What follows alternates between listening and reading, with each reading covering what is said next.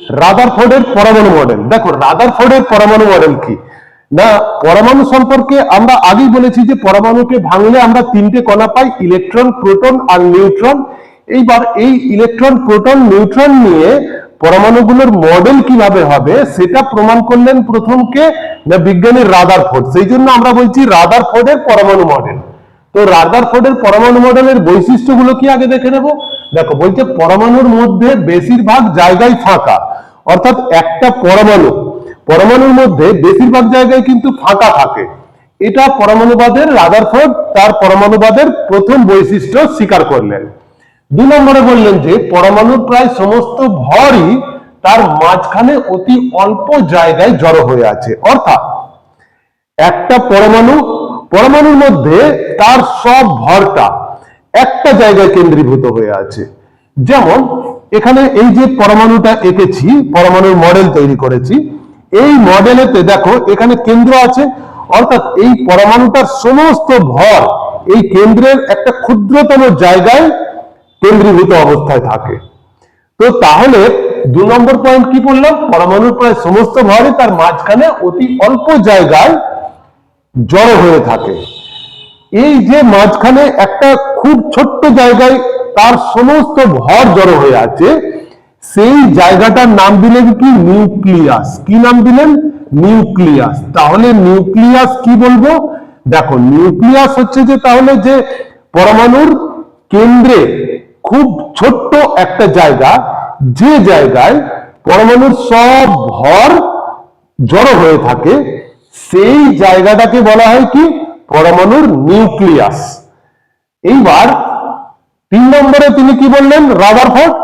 3 নম্বরে বললেন যে নিউক্লিয়াসে সব ধনাত্মক চার্জ থাকে, অর্থাৎ একটা মৌলের পরমাণু, যেমন এই যে মৌলের একটা পরমাণু, এই পরমাণুর মাঝখানে এই জায়গাটাকে হচ্ছে নিউক্লিয়াস, মানে এই পরমাণুটার সমস্ত ভর এই নিউক্লিয়াসের মধ্যে আছে। এই নিউক্লিয়াস কোন তড়িৎগ্রস্ত না, এখানেতে একমাত্র কি বলেছে, এখানে নিউক্লিয়াসে সব ধনাত্মক চার্জ থাকে, অর্থাৎ নিউক্লিয়াসের মধ্যে ভিতরে থাকবে কোন চার্জ না, ধনাত্মক চার্জ থাকবে, আর বাইরে থাকে ঋণাত্মক চার্জ। পরে আসছি যে ঋণাত্মক চার্জ গুলো কিভাবে আছে আর ধনাত্মক চার্জ গুলো কিভাবে আছে। দেখো 4 নম্বরে তিনি কি বললেন রাদারফোর্ড? তিনি বললেন যে নিউক্লিয়াসকে কেন্দ্র করে ইলেকট্রনগুলো বৃত্তাকার কক্ষপথে ঘুরছে, অর্থাৎ এই যে পরমাণু নিউক্লিয়াস, এই নিউক্লিয়াসকে কেন্দ্র করে সব ইলেকট্রনগুলো এক একটা বৃত্তাকার কক্ষপথে ঘোরে। কিভাবে ঘোরে না, এইভাবে বৃত্তাকার কক্ষপথে ঘোরে। মনে রাখবে যে ইলেকট্রনগুলোর প্রত্যেকের জন্য আলাদা আলাদা কক্ষপথ আছে। যেমন এখানেতে রাদারফোর্ড তারপরে তিনি পরমাণু মডেল তৈরি করলেন। এবার পরমাণু মডেল, এই যে মডেলগুলো বানিয়েছি, এই মডেলগুলোকে কে তৈরি করলেন না, তার নাম হচ্ছে নিলস বোর। কি নাম? Nils bore. সেই জন্য এটাকে বলা হয় নিলস বোরের পরমাণু মডেল। তাহলে রাদারফোর্ডের পরমাণু মডেল সম্পর্কে আমরা জানলাম কি না, রাদারফোর্ড বললেন যে পরমাণুর বেশিরভাগ স্থানই ফাঁকা, পরমাণুর সমস্ত ভর তার মাঝখানে একটা জায়গায় কেন্দ্রীভূত থাকে। তাকে তিনি নামও দিয়ে দিলেন, কি নাম দিয়ে দিলেন? নিউক্লিয়াস নাম দিয়ে দিলেন। তারপরে তিনি বললেন যে নিউক্লিয়াসের মধ্যে শুধুমাত্র পজিটিভ চার্জ থাকে বা ধনাত্মক চার্জ থাকে, আর তারপর বললেন যে নিউক্লিয়াসকে কেন্দ্র করে ইলেকট্রনগুলো বৃত্তাকার কক্ষপথে ঘুরছে। এইবার নিলস বোর নামে এক বিজ্ঞানী, তিনি পরমাণু মডেল তৈরি করলেন। এখানে 3টে মৌলের পরমাণু মডেল তৈরি করে দিয়েছেন তিনি। প্রথম যে 3টে মৌলের পরমাণু মডেল তৈরি করেছিলেন তাদের নাম হচ্ছে হাইড্রোজেন, কার্বন আর অক্সিজেন।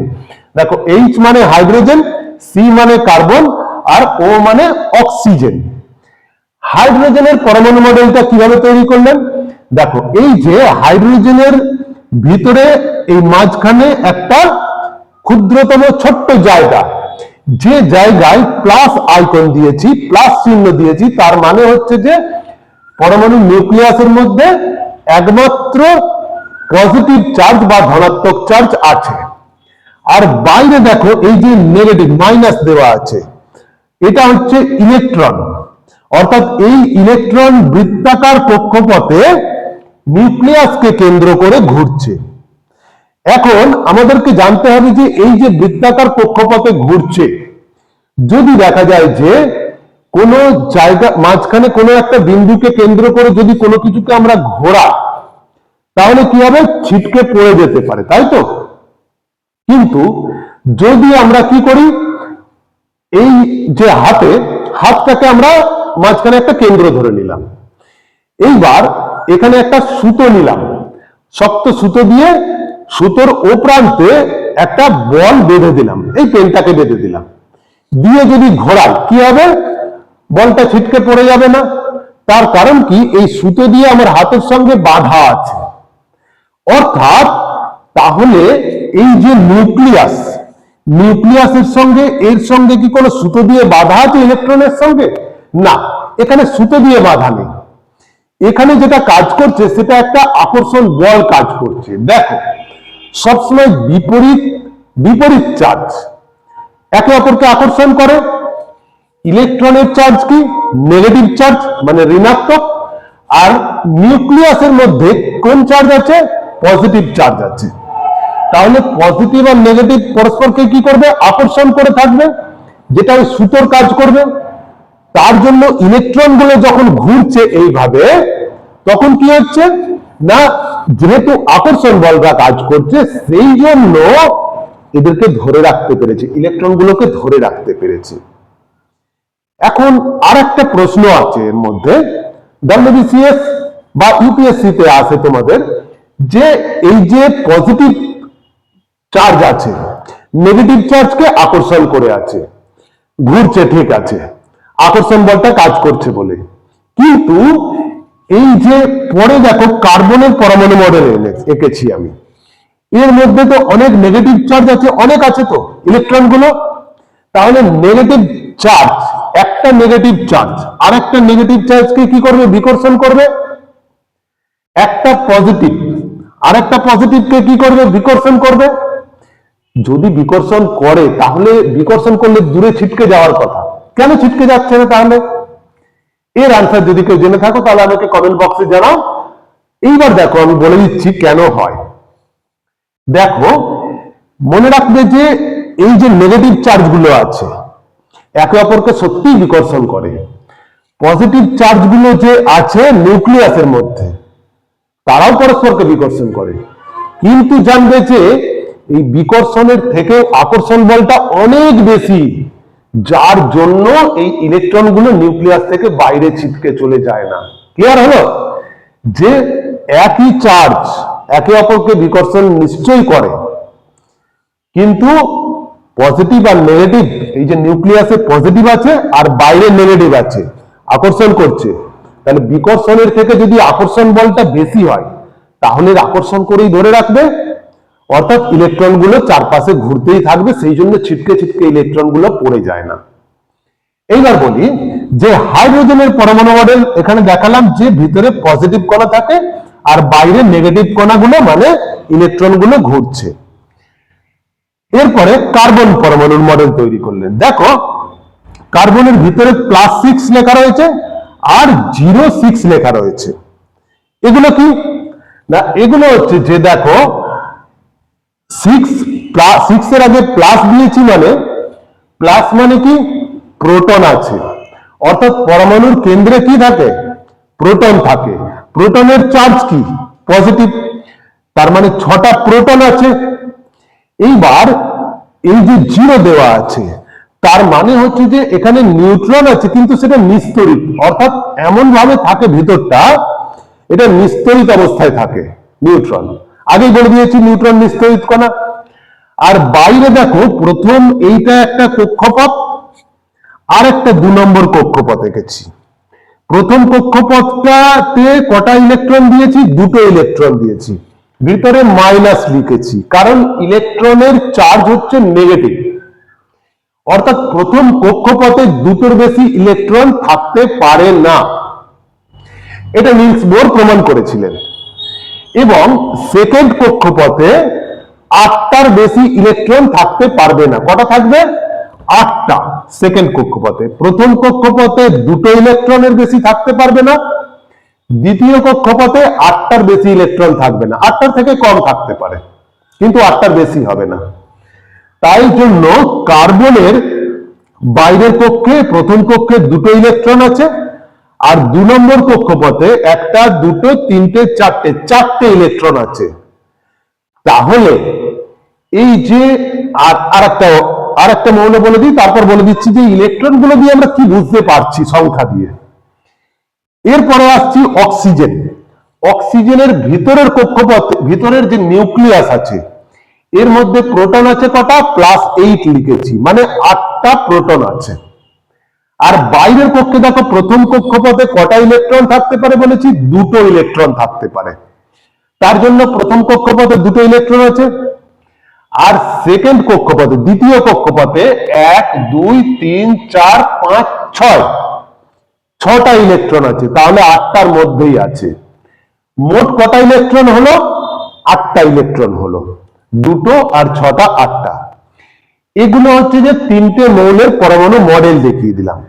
এরপর দেখো তোমরা যে এই যে কার্বন পরমাণু, কার্বন পরমাণুর বাইরের কক্ষে 2টো আর 4টে মোট 6টা ইলেকট্রন আছে।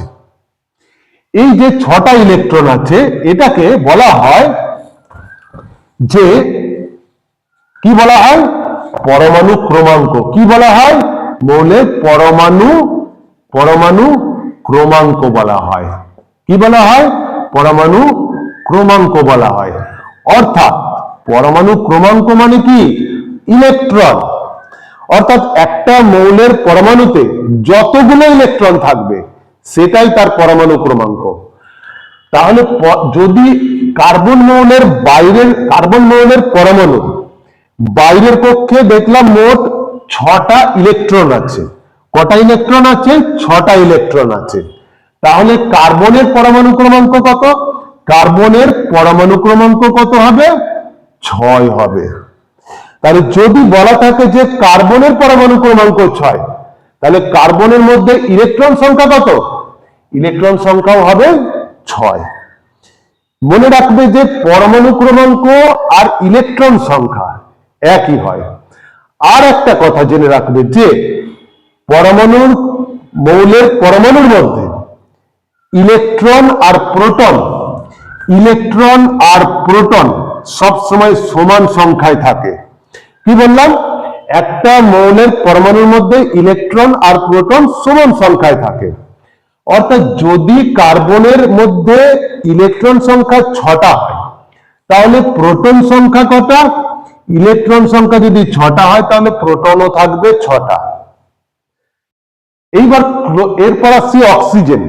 অক্সিজেনের বাইরের কক্ষে প্রথমটাতে 2টো ইলেকট্রন আছে, দ্বিতীয় কক্ষপথে 6টা ইলেকট্রন আছে। 1 2 3 4 5 6 6টা, মোট 8টা ইলেকট্রন হলো। তাহলে অক্সিজেনের পরমাণু ক্রমাঙ্ক কত হবে? না, অক্সিজেনের পরমাণু ক্রমাঙ্ক হবে 8। অক্সিজেনের ইলেকট্রন সংখ্যা কত হবে? অক্সিজেনের ইলেকট্রন সংখ্যাও হবে 8। অক্সিজেনের প্রোটন সংখ্যা কত হবে? অক্সিজেনের প্রোটন সংখ্যাও হবে 8। অর্থাৎ যতগুলো ইলেকট্রন থাকবে ততগুলোই প্রোটন থাকবে। এইবার দেখো যে পরমাণু ক্রমাঙ্ক, ভর সংখ্যা। পরমাণু ক্রমাঙ্ক আমরা জানলাম যে একটা মৌলের পরমাণুতে যতগুলো ইলেকট্রন থাকে সেই সংখ্যাটাই তার পরমাণু ক্রমাঙ্ক। কি বললাম? একটা মৌলের পরমাণুর কেন্দ্রে যতগুলো ইলেকট্রন থাকে ততগুলোই হচ্ছে, সেটাই তার পরমাণু ক্রমাঙ্ক। কখনো কখনো পরমাণু ক্রমাঙ্ককে পরমাণু সংখ্যা দিয়েও লেখা হয়। এইবার দেখবো আমরা কি ভর সংখ্যা দেখব। দেখো ভর সংখ্যা কি? ভর সংখ্যা হচ্ছে যে তাহলে পরমাণুর কেন্দ্রে বাইরের কক্ষে ইলেকট্রন আছে। কি আছে? বাইরের কক্ষে ইলেকট্রন আছে। ভিতরের কক্ষে কি আছে? ভিতরের কক্ষে আছে প্রোটন আর নিউট্রন, এই দুটো আছে, তাই তো? মনে রাখবে যে এই ইলেকট্রন যতগুলো আছে প্রোটনও ততগুলো আছে, অর্থাৎ প্রোটনটাকে সেই জন্য মুছে দিলাম। এইবার এই ইলেকট্রন সংখ্যা আর নিউট্রন সংখ্যা, এই দুটোকে যোগ করলে যেটা পাবো সেটা হচ্ছে ভর সংখ্যা। কি বললাম? ইলেকট্রন আর নিউট্রন এই দুটোকে যোগ করলে আমরা কি পাবো? ভর সংখ্যা পাবো। অর্থাৎ কোন মৌলের পরমাণুর কেন্দ্রে যতগুলো ইলেকট্রন এবং নিউট্রন থাকে, বা প্রোটন, ইলেকট্রন মানে প্রোটন, ইলেকট্রনের সংখ্যাটাই হচ্ছে প্রোটন সংখ্যার সমান। তাহলে কেন্দ্রে কি থাকে? কেন্দ্রে প্রোটন থাকে, নিউট্রন থাকে। সেই জন্য ইলেকট্রনের জায়গায় শুধুমাত্র আমরা কি লিখবো? প্রোটন লিখবো। কারণ কেন্দ্রে থাকে প্রোটন আর নিউট্রন। কেন্দ্রে কি থাকে? প্রোটন আর নিউট্রন থাকে। অর্থাৎ পরমাণুর কেন্দ্রে যে প্রোটন আর নিউট্রন মিলে যতগুলো থাকবে সেটা তার ভর সংখ্যা, সেটা তার কি বললাম? ভর সংখ্যা বললাম। তাহলে যদি দেয়া থাকে কোন মৌলের ভর সংখ্যা, ধরো ভর সংখ্যা দেওয়া আছে, আচ্ছা ভর সংখ্যা বার করতে গেলে ভর সংখ্যা একটা দেওয়া আছে, ধরো কোন মৌলের ভর সংখ্যা দেওয়া আছে 35 দেওয়া আছে, আর পরমাণু ক্রমাঙ্ক দেওয়া আছে, পরমাণু ক্রমাঙ্ক দেওয়া আছে কত? ক্রমাঙ্ক দেওয়া আছে 17। তাহলে কি বললাম? ভর সংখ্যা দেওয়া আছে 35, পরমাণু ক্রমাঙ্ক দেওয়া আছে 17। এর মধ্যে আমাদেরকে বার করতে দেওয়া আছে কি না নিউট্রন সংখ্যা কত। তাহলে নিউট্রন সংখ্যা কিভাবে বার করব? নিউট্রন সংখ্যা বার করার সহজ নিয়ম আমি বলে দিচ্ছি। দেখো, যে এই যে ভর সংখ্যাটা দেওয়া থাকবে, ভর সংখ্যাটা দেওয়া থাকবে, সেই ভর সংখ্যা কত দেওয়া আছে? 35 দেওয়া আছে, আর পরমাণু ক্রমাঙ্ক দেওয়া আছে 17। 17টা বিয়োগ করে দাও। তাহলে পরমাণু ক্রমাঙ্ক থেকে, ভর সংখ্যা থেকে পরমাণু ক্রমাঙ্ক, এই দুটোকে বিয়োগ করলে কি পাচ্ছি? নিউট্রন সংখ্যা পেয়ে যাচ্ছি। ভর সংখ্যা কত বলেছে? 35, পরমাণু ক্রমাঙ্ক বলেছে 17, তাহলে নিউট্রন সংখ্যা কত হবে? 35 থেকে 17 বিয়োগ করলে 18। তাহলে ভর সংখ্যা বলা থাকলে আর পরমাণু ক্রমাঙ্ক বলা থাকলে আমরা নিউট্রন সংখ্যা বার করতে পারছি। এই যে ভর সংখ্যা, পরমাণু ক্রমাঙ্ক, এইগুলোকে কিভাবে লেখা থাকে? কিভাবে লেখা থাকে দেখো, যেমন এই যে একটা মৌলের পরমাণু পরমাণু দেখানো হয়েছে। যেমন আমি বললাম যে ক্লোরিন পরমাণু, কি ক্লোরিন, সিএল মানে কি ক্লোরিন। তো এই যে সিএল ক্লোরিন পরমাণু, এর নিচে এইভাবে বাঁদিকে দেওয়া আছে 17, আর উপরে ডান দিকে দেওয়া রয়েছে 35। এটা কখনো কখনো উপরে বাঁদিকেও দেওয়া থাকে, একই ঘটনা, এতে কোনো চেঞ্জ হয় না। আচ্ছা, এর মধ্যে তাহলে আমাকে বার করতে দিয়েছে পরমাণু ক্রমাঙ্ক কত, পরমাণু ক্রমাঙ্ক কত, ভর সংখ্যা কত, ভর সংখ্যা কত, হ্যাঁ, পরমাণু ক্রমাঙ্ক কত, ভর সংখ্যা কত, ইলেকট্রন সংখ্যা কত, প্রোটন সংখ্যা কত, আর নিউট্রন সংখ্যা কত। খুব আসে পরীক্ষায় এগুলো দেওয়া আছে। 17 Cl 35, এর মধ্যে পরমাণু ক্রমাঙ্ক কত, ভর সংখ্যা কত, ইলেকট্রন কত, প্রোটন কত, নিউট্রন কত আছে। দেখো এইটা দেখে সব বার করে দেওয়া যাবে। কি করব? এই যে ক্লোরিন পরমাণু, বাঁ দিকে নিচে যে সংখ্যাটা দেওয়া রয়েছে সেটা হচ্ছে তার পরমাণু ক্রমাঙ্ক। কত হবে তাহলে? 17। তাহলে Cl ক্লোরিন পরমাণু ক্রমাঙ্ক কত? 17। ভর সংখ্যা কত? মাথায় যেটা লেখা থাকবে, কখনো কখনো বাঁ দিকে লেখা থাকে, কখনো ডান দিকে লেখা থাকে। ভর সংখ্যা হচ্ছে কত? 35। ইলেকট্রন কত? যেটা পরমাণু ক্রমাঙ্ক, যেটা পরমাণু ক্রমাঙ্ক সেটাই হচ্ছে ইলেকট্রন সংখ্যা। তাহলে ইলেকট্রন সংখ্যা কত হবে? 17 হবে। প্রোটন সংখ্যা কত হবে? আগেই বলে দিয়েছি, একটা মৌলের পরমাণুতে ইলেকট্রন আর প্রোটন সমান থাকে, অর্থাৎ যতগুলো ইলেকট্রন থাকবে ততগুলোই প্রোটন থাকবে। তাহলে প্রোটন কতগুলো হবে? 17টা হবে। নিউট্রন কত? নিউট্রন বার করার সূত্র একটু আগে তোমাদের দেখিয়ে দিলাম, কিছু না, এই যে ভর সংখ্যা থেকে পরমাণু ক্রমাঙ্ক, এই দুটোকে কি করবে? বিয়োগ করে দেবে, সাবট্রাকশন করে দেবে। কি করে দেবে? সাবট্রাকশন করে দেবে, অর্থাৎ বিয়োগ করে দেবে। তাহলে এই যে 35 থেকে 17 বিয়োগ করলে কত পাবো? 35 থেকে 17 বিয়োগ করলে পাবো 18। তাহলে এই ক্লোরিন পরমাণুর মধ্যে নিউট্রন কত আছে? 18টা আছে। এইবার আমরা দেখব যে আইসোটোপ কি।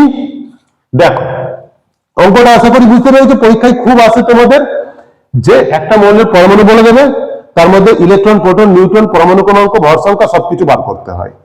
আমি একটা তোমাদের হোমওয়ার্ক দিয়ে রাখছি, তোমরা কমেন্ট করে আমাকে জানিও যে 92 ইউ 235, 92 ইউ 235 অর্থাৎ ইউ ইউ মানে হচ্ছে ইউরেনিয়াম। এই ইউরেনিয়াম মৌলের পরমাণুর আমি দেখিয়ে দিলাম 92 235, এর মধ্যে পরমাণু ক্রমাঙ্ক কত, ভর সংখ্যা কত, ইলেকট্রন কত, প্রোটন কত, নিউট্রন কত, এগুলো তোমরা অঙ্ক কষে আমাকে কমেন্ট করে জানিও। এরপরে আমরা চলে যাচ্ছি আইসোটোপ কি। দেখো খুব ইম্পর্টেন্ট টপিক আইসোটোপ। কি বললাম? আইসোটোপ খুবই ইম্পর্টেন্ট টপিক। আইসোটোপ, আইসোটোপ কি? আইসোটোপ কি? দেখো আইসোটোপ হচ্ছে যে দারুণ একটা জিনিস। দেখো যে একটা, আগেই বলে দিয়েছি যে একটা মৌলকে ভাঙলে অনেকগুলো পরমাণু পাওয়া যায়, তাই তো? এইবার পরমাণুগুলো যেমন হাইড্রোজেন, হাইড্রোজেন লিখলাম 3 বার। কবার লিখলাম? 3 বার লিখলাম। এই 3টে হাইড্রোজেন পরমাণুর সংকেত আমি দেখিয়ে দিলাম যে এই যে 1H1, 1H2 আর 1H3। আগে বলে দিয়েছি নিচের গুলো সব কি পরমাণু ক্রমাঙ্ক, উপরের গুলো সব কি ভর সংখ্যা বলে দিয়েছি। তাহলে এই 3টে পরমাণুকে দেখে আমরা কি বুঝতে পারছি? সবার পরমাণু ক্রমাঙ্ক একই আছে কিন্তু ভর সংখ্যা আলাদা। তাহলে এই ধরনের পরমাণুকেই আমরা বলি আইসোটোপ। মৌল একটাই, কি? হাইড্রোজেন, পরমাণু আলাদা। কি বললাম? মৌল একটাই, সব কটাতে হাইড্রোজেন আছে, পরমাণু আলাদা। পরমাণু 1H1, 1H2, 1H3। তাহলে একই মৌলের বিভিন্ন পরমাণু লিখে দিচ্ছি আমি। একই একই একই মৌলের মৌলের বিভিন্ন পরমাণু। এই কথাটা প্রথমে দেবে, বিভিন্ন পরমাণু, যাদের পারমাণবিক ক্রমাঙ্ক একই কিন্তু ভর সংখ্যা আলাদা, বা পারমাণবিক ক্রমাঙ্ক সমান কিন্তু ভর সংখ্যা আলাদা, তাদেরকে বলা হয় কি? আইসোটোপ। আইসোটোপের আরেকটা নাম আছে, সেটার নাম হচ্ছে সমস্থানিক। কখনো কখনো সমস্থানিকও দেওয়া থাকে। হাইড্রোজেনের 3টে আইসোটোপ আমি এঁকে দিয়েছি। এদের আবার আলাদা আলাদা নামও আছে। কি কি নাম আছে? প্রথমটার নাম হচ্ছে প্রোটিয়াম। কি নাম হচ্ছে? প্রোটিয়াম। 2 নম্বর হচ্ছে ডয়টোরিয়াম। কি বললাম? ডয়টোরিয়াম। তারপরেরটার নাম হচ্ছে টাইট্রিয়াম। টাইট্রিয়াম। কোথাও কোথাও ট্রিটিয়ামও বলা থাকে, একই কথা। প্রোটিয়াম, ডয়টোরিয়াম, ট্রাইট্রিয়াম, 3টে হচ্ছে হাইড্রোজেনের আইসোটোপ। তাহলে প্রোটিয়ামের সংকেত কি? 1H1, ডয়টোরিয়াম 1H2, ট্রাইট্রিয়াম 1H3। প্রোটিয়ামের পরমাণু ক্রমাঙ্ক কত? 1, সবার পরমাণু ক্রমাঙ্ক 1। ভর সংখ্যা প্রোটিয়ামের 1, ডয়টোরিয়ামের 2, ট্রাইট্রিয়ামের 3। প্রোটিয়ামের মধ্যে ইলেকট্রন কত আছে? প্রোটিয়াম ইলেকট্রন কত আছে? একটা। আচ্ছা, প্রোটন কত আছে? একটা। নিউট্রন কত আছে? নিউট্রন আমরা জানি ভর সংখ্যা থেকে পরমাণু ক্রমাঙ্ক কি করতে হয়? বিয়োগ করতে হয়। বিয়োগ করে দাও, 1 থেকে 1 বিয়োগ করলে কত হয়? 0 হয়। তাহলে প্রোটিয়ামের মধ্যে কোনো নিউট্রন আছে? নেই। এই জন্য পরীক্ষায় খুব একটা ইম্পর্টেন্ট প্রশ্ন আছে যে এমন একটা মৌলের নাম বলো যার পরমাণুর মধ্যে কোনো নিউট্রন নেই। হবে কি? হাইড্রোজেন। এগুলো সব তো হাইড্রোজেনের পরমাণু। হাইড্রোজেন হচ্ছে এমন একটা মৌল, একটাই মৌল আছে যার মধ্যে কোনো নিউট্রন সংখ্যা নেই। ডয়টোরিয়াম। ডয়টোরিয়ামের মধ্যে ইলেকট্রন কত আছে? দেখো নিচে আছে ইলেকট্রন একটা, 1। প্রোটন কত আছে? যেটা ইলেকট্রন সেটাই প্রোটন, 1। নিউট্রন কত আছে? এই দুটোকে কি করব? বিয়োগ করব। বিয়োগ করলে 2 থেকে 1 বিয়োগ করলে কত হয়? 1, একটা নিউট্রন আছে। ট্রাইট্রিয়াম, ইলেকট্রন সংখ্যা কত? নিচে আছে 1, 1। প্রোটন সংখ্যা কত, একটাই ঘুরে আসবে 1, নিউট্রন সংখ্যা কত, এই দুটোকে মাইনাস করে দেব, 3 - 1 কত হবে 2, নিউট্রন সংখ্যা 2।